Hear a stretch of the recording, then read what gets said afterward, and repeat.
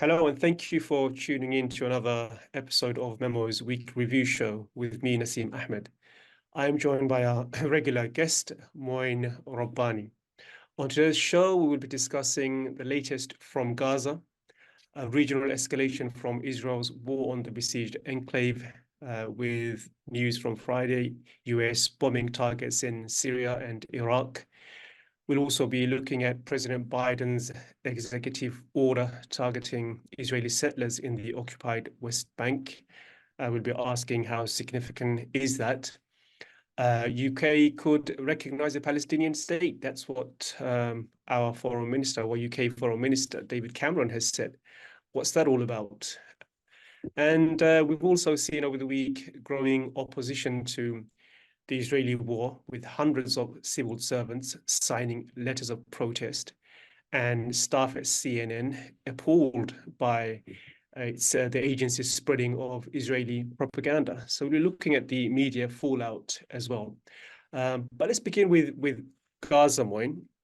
Let's start with, well, first of all, the death toll has surpassed 27,000. Further 66,000 have been injured, the majority of whom are women and children, a trend that has continued from day one of Israel's bombing campaign.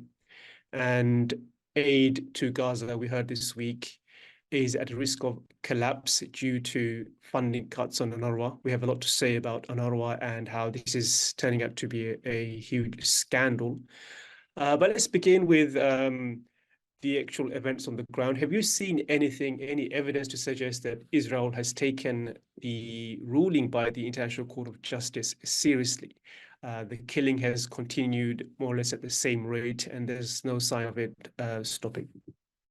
None whatsoever, whether in terms of actions or statements. In terms of actions, what Israel is doing in the Gaza Strip is entirely indistinguishable from what it was doing in the Gaza Strip on the eve of the International Court of Justice's ruling.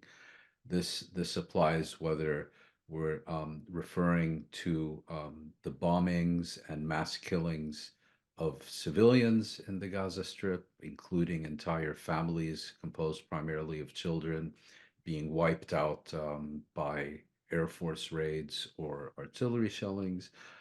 This applies to the systematic razing of infrastructure, of homes, of buildings, and so on, in controlled demolitions where there is absolutely no pretext of any military advantage, simply for the sake of destroying these areas and making them uninhabitable for Palestinians. And of course, this applies to the engineered famine, particularly in the northern Gaza Strip, and the continued prohibition on the entry of proper volumes of urgently required life-saving goods to the Gaza Strip, whether food, water, medical supplies, electricity, and the like. And multiple organizations have warned that at this rate, we will soon be in a situation where the Palestinian death rate in the Gaza Strip from what are called indirect causes, although they're very direct, hunger, epidemic disease, child mortality, and so on, will begin to exceed those appalling numbers that you cited, identifying Palestinians killed as a direct result of the Israeli aggression against the Gaza Strip. And we've also seen, quite appallingly, Israeli citizens protesting aid being moved into Gaza Strip. That's quite shocking for a lot of people to see. So it shows that support for the war in Israel is not just a right-wing thing. It's something that's backed by overwhelming majority of Israeli citizens, which in itself is quite shocking given how much devastation we see. I don't think they see the level of devastation and the killing and the destruction that we get to see. Well, they certainly don't get to see it, and if these people did get to see it, I think they'd be very enthusiastic and pleased with what they would see. You know, these are supposedly Israeli activists demonstrating at the only crossing that Israel is permitting to operate between Israel and the Gaza Strip, and this is now being used as yet one more reason for the humanitarian emergency in the Gaza Strip and the inability for the entry of humanitarian goods. But, you know, it would take the Israeli military or the Israeli police about 13 seconds to remove these people if it wanted to. I should add, Israel and Azerbaijan are extremely close allies, as you may know. And last year, we saw something very similar in Azerbaijan, where activists claiming to be environmental activists would go to the Lashin corridor, which was the only connection between Armenia and the Armenian enclave of Nagorno-Karabakh in Azerbaijan, and block it on the pretext that there were mining operations that were damaging the environment. Soon thereafter, we saw these people reemerge in various government capacities. So, and this is exactly the same, you know, Israel and Azerbaijan taking a page out of each other's books, and it really fools nobody. And here again, getting back to your previous question, not only has nothing changed in connection with the actions of Israel in the Gaza Strip, but additionally, nothing has changed with respect to the statements being made by Israel with respect to the Gaza Strip. Only a day or two after the ICJ ruling, there was a large Israeli conference attended by thousands in Jerusalem, and the key themes at this conference were the expulsion of the Palestinians from the Gaza Strip, the ethnic cleansing of the territory, and the establishment or reestablishment, as they would call it, of illegal, exclusively Jewish settlements in the Gaza Strip. Now, yes, you could say this is a fringe group, and you would be right were it not for one fact. Two of Israel's most senior ministers attended this workshop, if you will, the Minister of Finance and the Minister of National Security. Something like a third of the cabinet was there, and more than a tenth of the parliament. So we're not talking about an extremist government. We are talking about a political system. And if you see what's going on in terms of trying to block the crossings and so on, also a society that is increasingly extremist beyond redemption. I think the interesting thing here is twofold. First of all, that Israel, towards the end of this month, will be either submitting or not submitting its report to the International Court of Justice as required by its ruling, and it will be interesting to see, on the one hand, how the court responds to that Israeli submission, which, if I understand correctly, will not be made public, and secondly, how Israel's sponsors and allies, who are themselves signatories to the Genocide Convention, and pursuant to that convention, have an obligation to prevent genocide by any other party. It was on this basis that South Africa, in fact, initiated its case before the court. It will be very interesting to see how they respond. And thus far, the approach of Israel's allies seems to be complicity, complicity, and more complicity. Yeah, we are awaiting that decision. But let's stick to Gaza for another question. We spoke in one of our previous conversations about Israeli war aims, and now there's been further doubts put on that. This week, former US General Frank McKenzie, who was the commander of US Central Command, he described Israel's success in its objective in Gaza to date as being very limited. The objective, of course, being the eradication of Hamas. And now there seems to be growing doubts among officials and also experts in the military that this is more or less unachievable.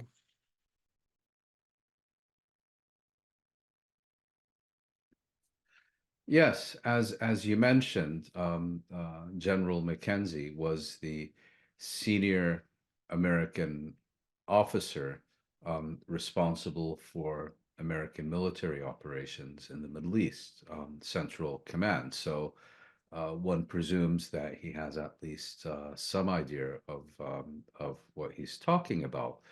And actually, his analysis doesn't really require specialized military knowledge to reach the conclusions because he looked essentially at two issues: Israel's stated aims of eliminating Hamas and eliminating its leadership and ability to govern the Gaza Strip. And secondly, Israel's ability to put forward coherent or indeed any plan for how it wants the situation to develop after its offensive into the Gaza Strip. And on both counts, he found very limited evidence to suggest that Israel's campaign is proceeding successfully. None of the senior Hamas leaders, whether military or political, have been located and either assassinated or arrested. Um, Israel, with its very deeply divided government and political elite, has proven incapable of putting forth any plan for post-conflict governance in Gaza. And on this basis, he's basically saying, well, if you say this is what you're setting out to achieve, and there's absolutely no indication that you have, as of yet, achieved any of it, then my conclusion is that you are booking only very limited progress in your war. And I think all you really need is the technical expertise to read a newspaper to reach a similar conclusion. But he could have gone further, I think.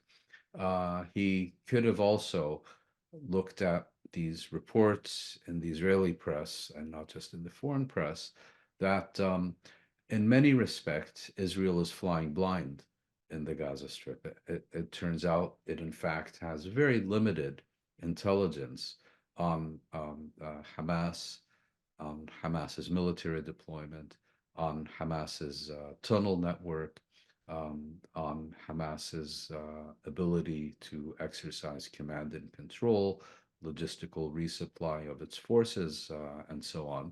And bearing in mind, we're not talking about an army here. We're talking about a militia that has developed under intense Israeli surveillance for decades. When you look at all those things, the question becomes less whether Israel is prepared to invest the blood and treasure to achieve its objectives, but increasingly whether Israel is capable of achieving those objectives, even if it is willing to invest in terms of the lives of its soldiers, economic costs, and so on. And I think, serious military analysts who look at the situation, I think will tell you, yes, Israel has done enormous damage to the Gaza Strip.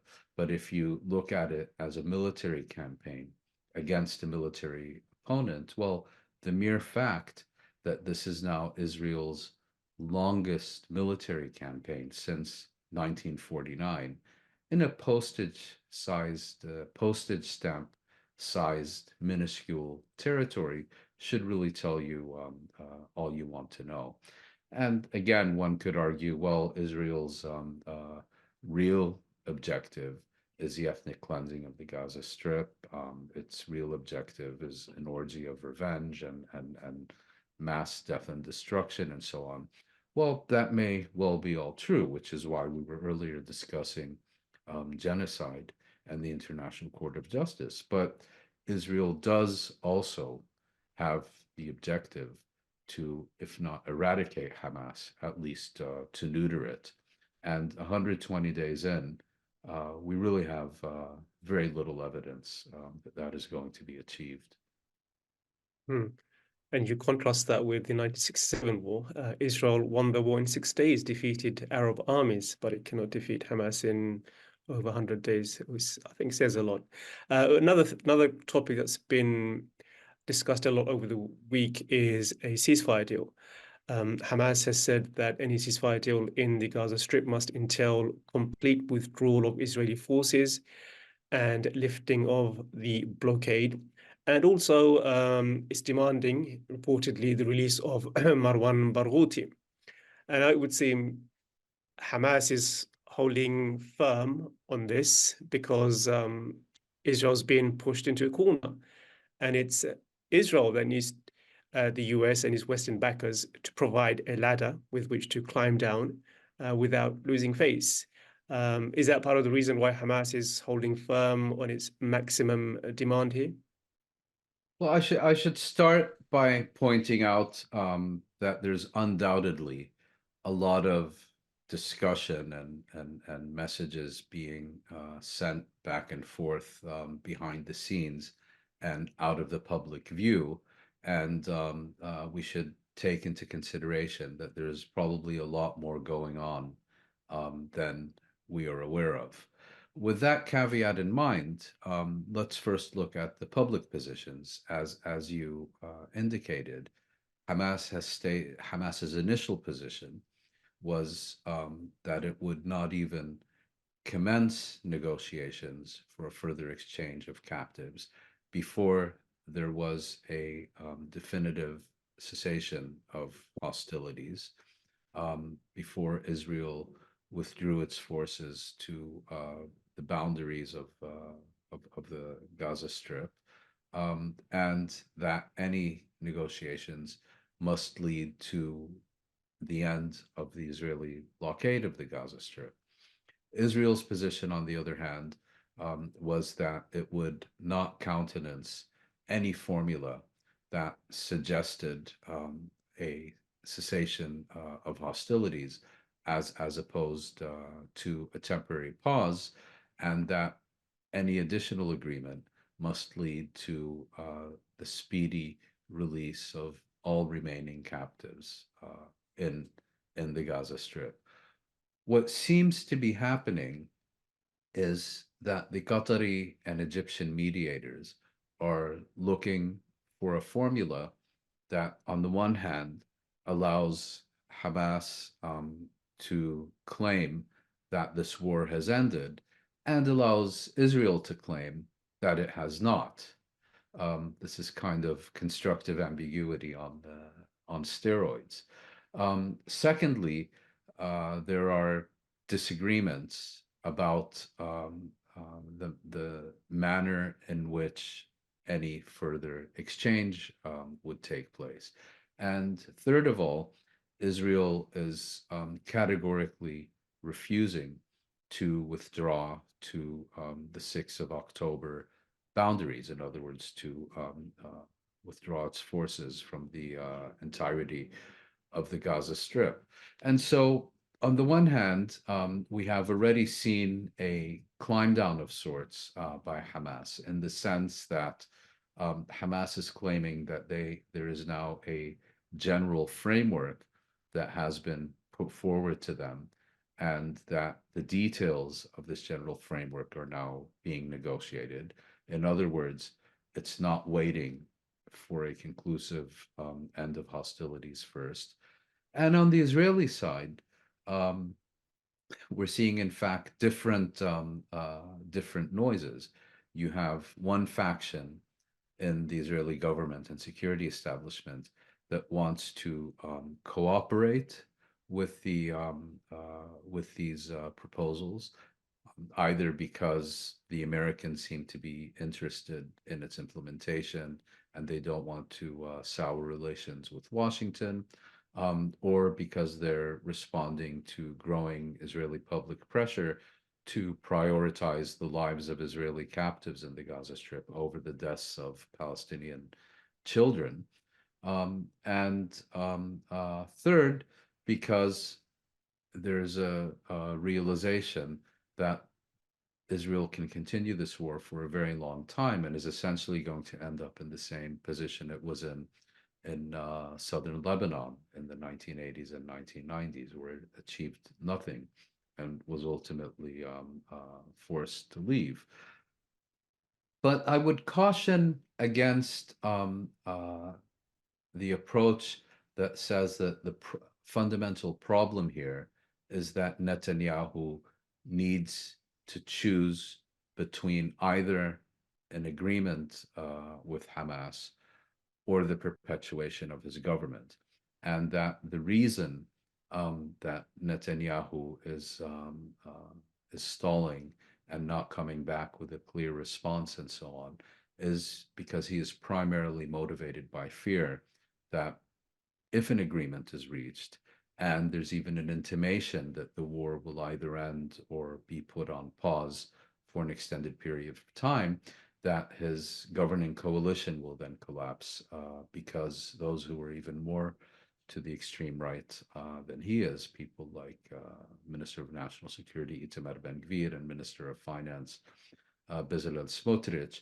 would then leave the coalition. That may be true, but I think we have to understand that there is, in fact, a fairly broad Israeli consensus on continuing this war. And Netanyahu is, I think, a very solid part of that consensus, and not solely, I would argue, not even primarily for reasons that have to do with his political longevity. Similarly, you have very senior figures in Israel's security establishment who are averse to any formula that basically means they have failed and won't get a further opportunity to succeed again. So I would not look at these negotiations as ones that are going to stand or fall by Netanyahu's very narrow calculation about whether it will allow him to remain in office or not. There are much bigger strategic issues at play. I think what you said is borne out by a number of polls I've seen over the months as well. Israeli society, many within Israeli society believe that the government hasn't gone far enough. So this idea that you can pin all this on Netanyahu, I think, is completely misguided. But I want to turn our attention to the region and the big story. Can I just add one point to that? Sure. Which is what this polling also demonstrates is that if you look at the performance of the various Israeli political parties since October 7th, whether those in the governing coalition or those in opposition, virtually all of them are exhibiting diminished support.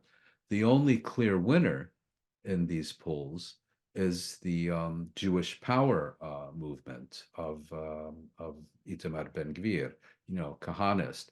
These are basically the Israeli equivalent of brown shirts in Nazi Germany. I mean, these are not just extreme right; these are the extreme of the extreme right.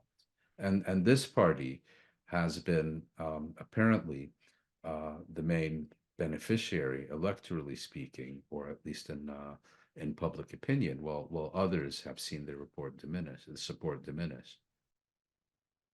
Yes, So I was saying I wanted to turn our attention to the regional escalation, and the big story from last week is, which happened on Friday, is the US targeting 85 targets in Syria and Iraq as a result of the killing of 3 US soldiers in Jordan. This again seems like another escalation without any clear military goal. As you do with these developments, you look to see what do military analysts say. And I wanted to share a quote from an American military retired combat veteran. And I think he kind of hits the nail on the head. So on Twitter, Douglas McGregor, he was US Army Colonel, retired Army Colonel, sorry. So he did, and I quote him, "Bombing is not diplomacy. Bombing is neither a strategy nor a simple exercise in virtue signaling. Bullying, bribing, bombing, and sanctioning opponents has not worked well. Thanks to a strings of strategic military failures in Afghanistan, Libya, Iraq, and Ukraine, Washington is rapidly reaching hell in its relations with the rest of the world." It's quite a, indictment. Yes, and particularly if one looks, as this analyst appears to have done, at the record of U.S.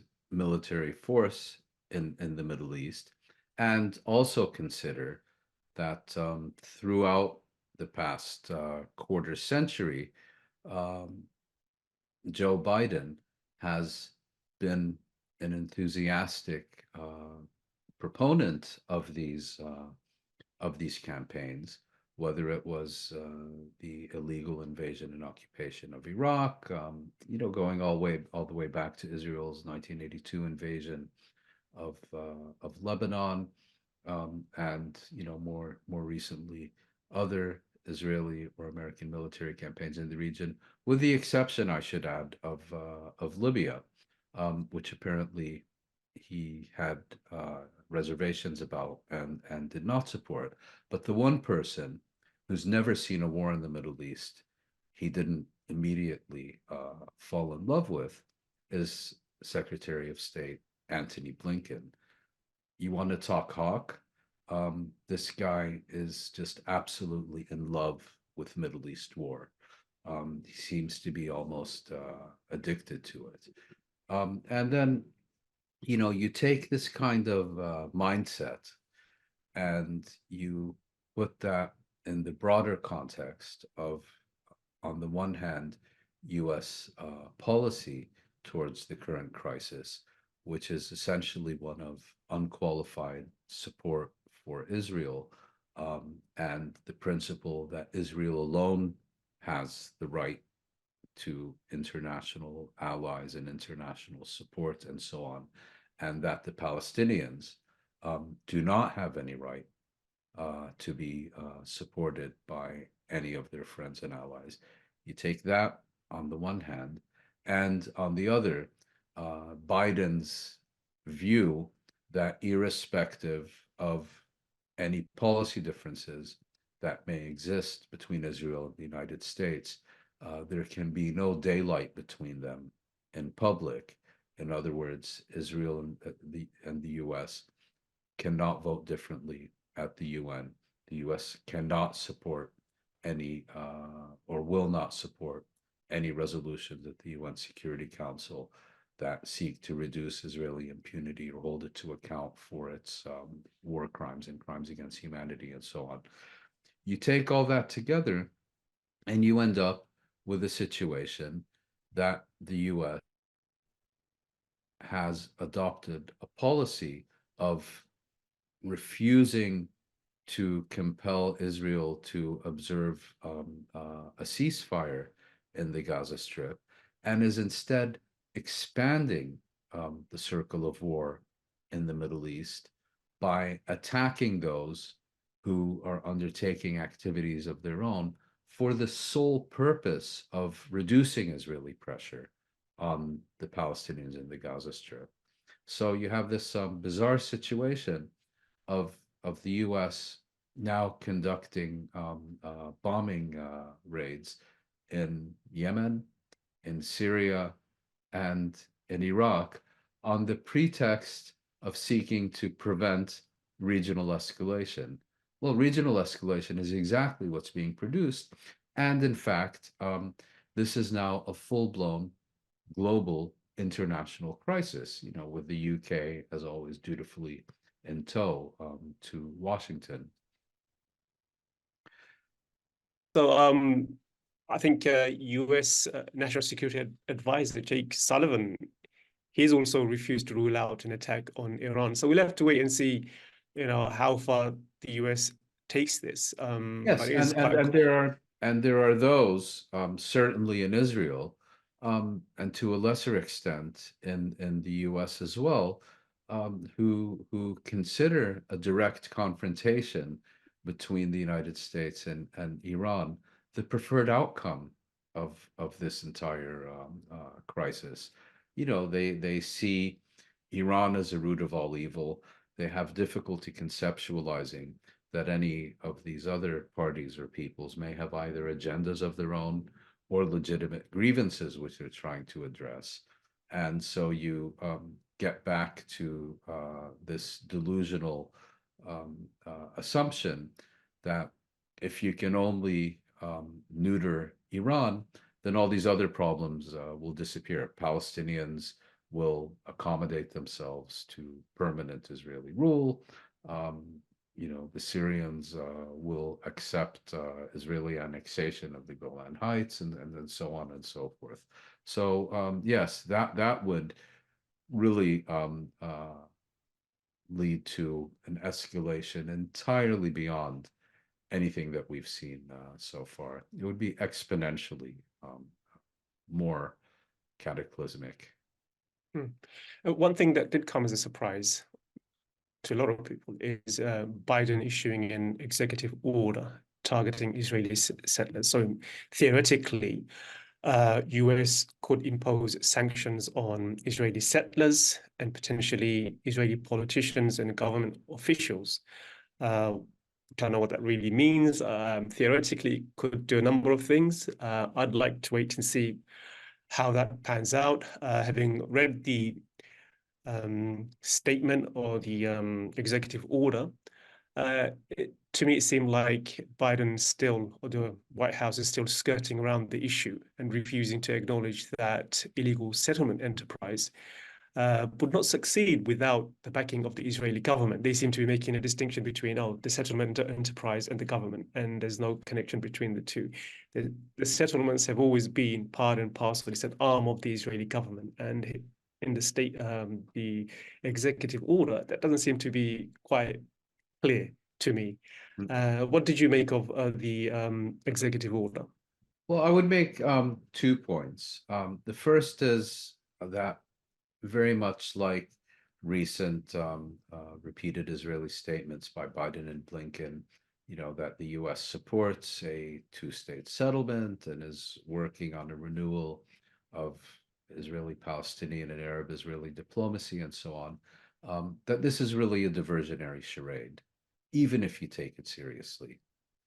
Because at a time when there is a plausibly genocidal campaign being conducted by Israel against the Palestinian people in the Gaza Strip, and at a time when this plausibly genocidal campaign is possible primarily on account of the unlimited U.S. support to Israel, whether in terms of flying over thousands and thousands of tons of high explosives, whether in terms of ensuring Israeli impunity by using its weight and influence in organizations such as the Security Council to veto resolutions that seek to curtail Israeli aggression and so on.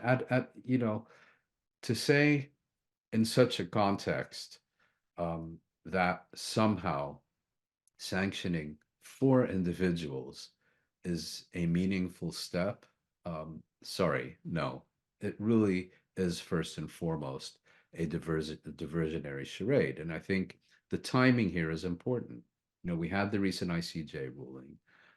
We have the growing humanitarian catastrophe in the Gaza Strip.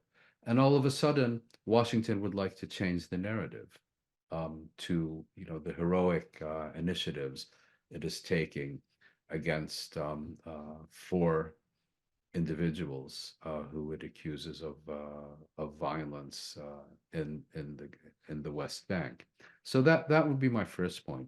The second is exactly what you suggested in your question. It's the bad apples theory of Israeli-Palestinian relations. That the real problem here is that you have these extremists who we should also understand they're few and far between, and that if we can only neuter them and eliminate their influence over Israeli-Palestinian policy, then it will be love and peace for eternity. In other words, there are no structural issues here. There is no Israeli government agenda going back to 1967 to transform the West Bank and the Gaza Strip into exactly what they look like today. There is no Israeli military, which, irrespective of what you think of the settlers and and these four stormtroopers, is the primary agency responsible for everything that has happened in the West Bank and the Gaza Strip since 1967. The settlers are the spearhead of Israeli government policy. They do not operate independently of it. The real problems here are the Israeli government, the Israeli Supreme Court, the Israeli military. In other words, the institutions of state that have formulated and implemented these policies and that have armed and financed and enabled these settlers who effectively serve as a kind of auxiliary militia of the Israeli state rather than independently of it. And thirdly, this occupation didn't begin last week. It's been around since 1967. So the message now from Washington is that, we have reviewed everything that's happened in the past 56 years in terms of, illegal construction of settlements, illegal annexation, illegal this and illegal that. We have reviewed the record, and we have come to the conclusion that the primary problem is, of course, the Palestinians for not accepting their eternal subjugation to Israel, but that the primary challenge on the Israeli side of the equation is these four bad apples. Really?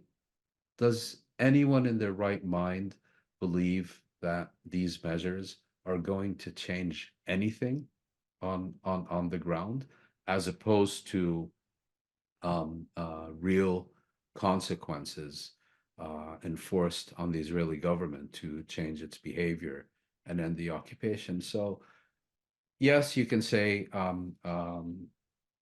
this is unprecedented, but that's almost meaningless when you consider that since 1967, neither the United States nor the European Union have imposed any consequences of any sort upon Israel for its dealings with the Palestinian with the Palestinian people. So to say that these measures against four individuals is unprecedented, well, of course it is. By definition, it is. But that doesn't make it meaningful. And if I could just make one more point, many of the most extreme Israeli settlers are in fact American citizens or dual Israeli-American nationals, as is often the case. Many of these terrorist organizations fundraise in the US, and the US government allows them to fundraise by allowing American taxpayers to give tax-free donations to these extremist groups, and allows American taxpayers to designate such financing and funding of terrorism against the Palestinian and war crimes, in fact, and crimes against humanity. Those are considered charitable donations. So when you give money to people who conduct pogroms, who establish illegal settlements, who engage in acts of ethnic cleansing and so on, under American law, that's charity. A lot of people will be asking that question. Will he go after Jewish charities which are funding the settlement enterprise? And there are dozens of those who are doing exactly that. And many will be asking, it took a genocide for the Americans to do what they're meant to be doing anyway, which is to stop the illegal settlement enterprise. It's US policy that settlements are illegal as it is under international law. So people will be asking, you only bring in punitive measures against Israel when a genocide is taking place. So that again clearly undermines US standing in the eyes of the international community. Another thing that's happened in the US over the past week is the sheer number of civil servants that are expressing their outrage and concern. And this is not just in the US, in Europe as well. They're going against their government because of its support of Israel. So not only is the public against their governments, now you have civil servants who are going against their government's policy in support of Israel. So which is quite extraordinary development, not just in the US, but also here in Europe. Yes, I mean, I think it's very significant when you have hundreds of civil servants who, after all, are people who earn their living implementing a government's policy, and many of whom are in one way or another either intimately connected with or have detailed knowledge of this policy. When they come out and publicly express their opposition to the government's policy, it's not like these people are going into a voting booth, and casting a secret ballot for a different party. No, these are public statements.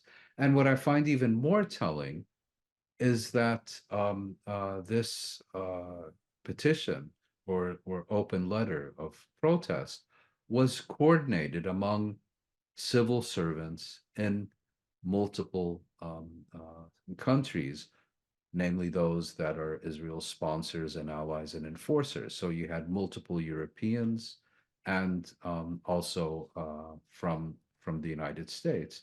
And it's a very stark letter.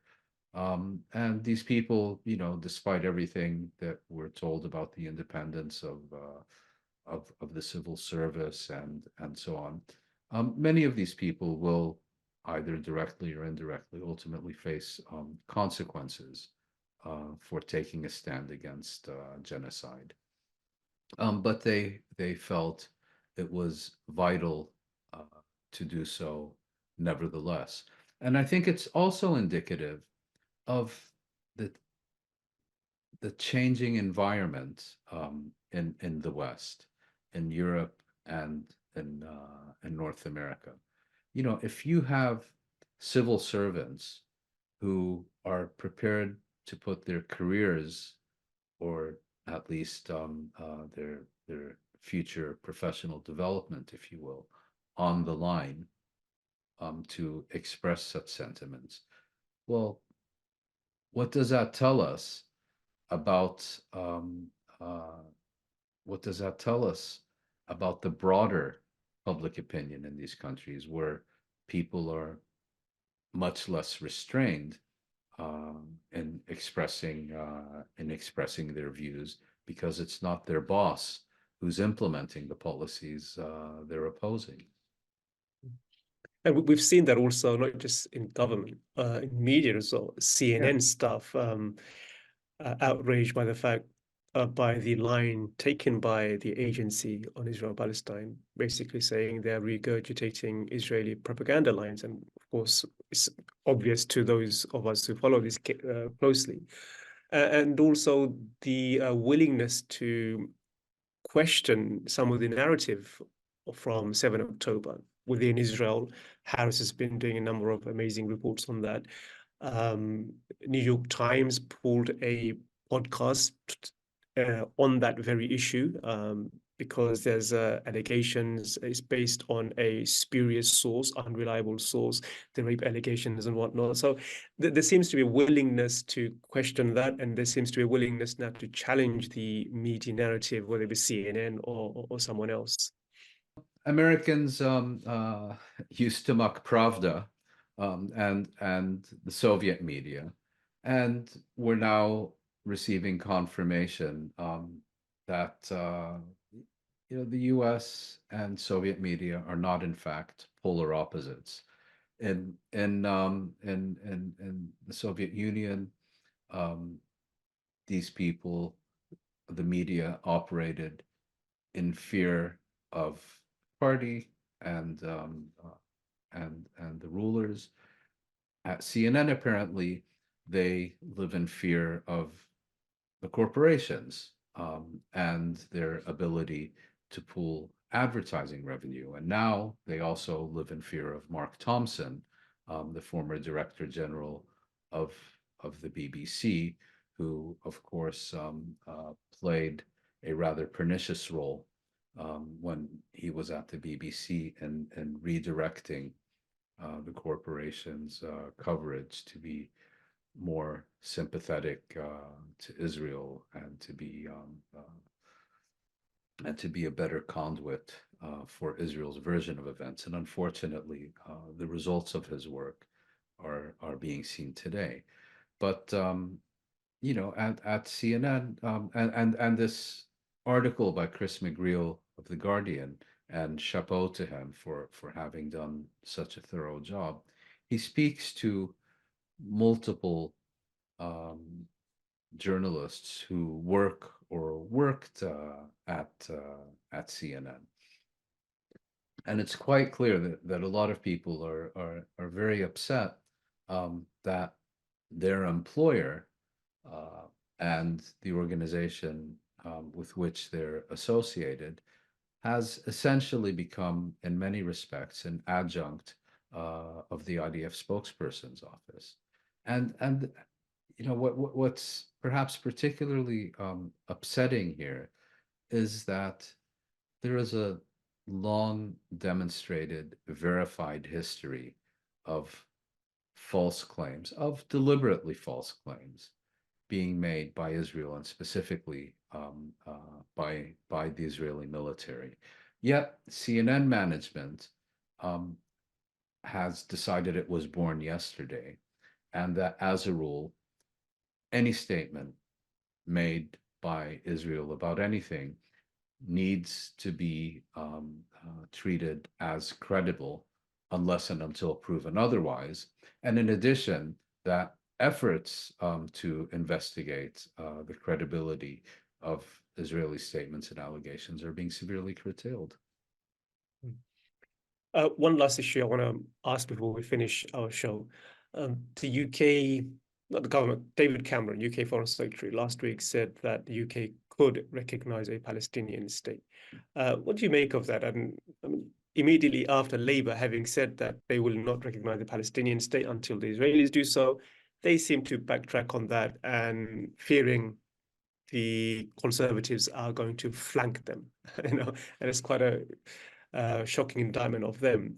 To me, it just seems like another sign of how both the UK parties and others, I would say in Europe, have become so untethered from any moral and legal principle, which would obviously, if they followed, would lead them to recognize the Palestinian state.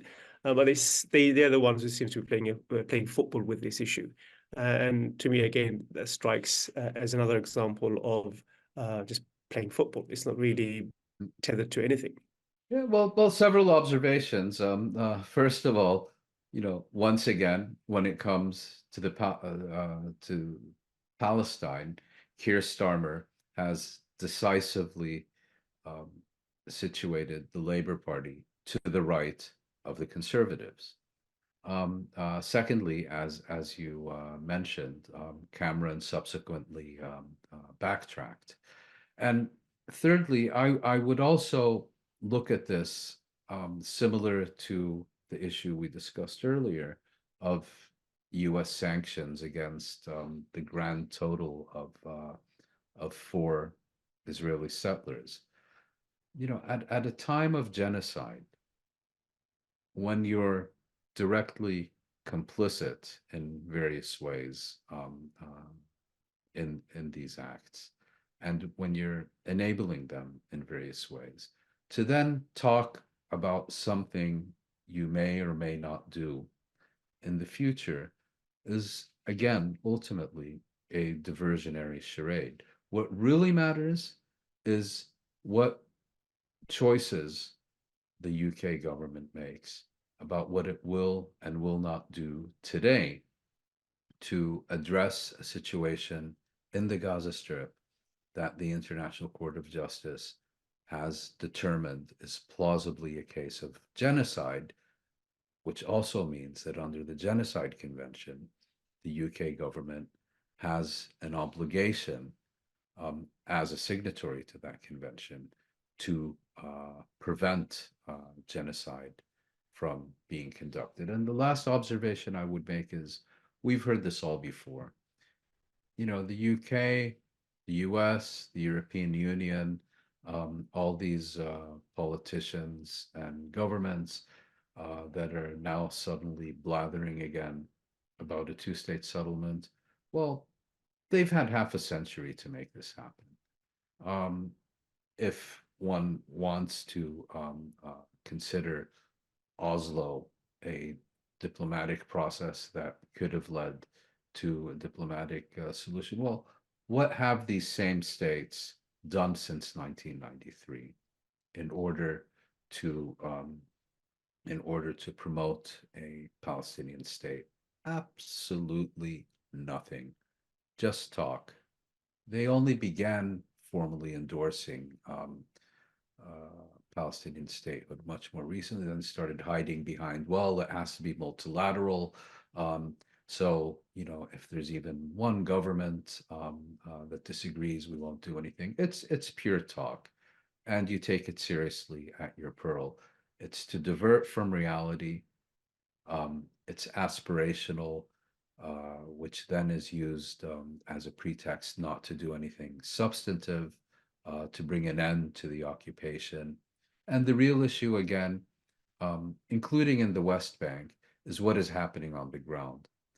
And if at the same time that you're making public statements about Palestinian statehood and that you may recognize it, if at that same time you are doing absolutely nothing to address what is happening on the ground that is making such a outcome impossible, well, then not only shouldn't you be taken seriously, you should be, I think, probably so yeah. If you ignore the situation on the ground, which is moving in exactly opposite direction, and leave it at words and aspirations rather than actions that have an impact on reality, well, then your statements may sound nice, but we perhaps shouldn't take them particularly seriously. Thanks, Mouin. So that wraps up another episode conversation. Thank you, memo Nasim. review. Thank you. So that was my guest, Mouin Rabbani, and thank you for tuning in. See you next week for another episode of Memo Review with me, Nasim Ahmed. Goodbye.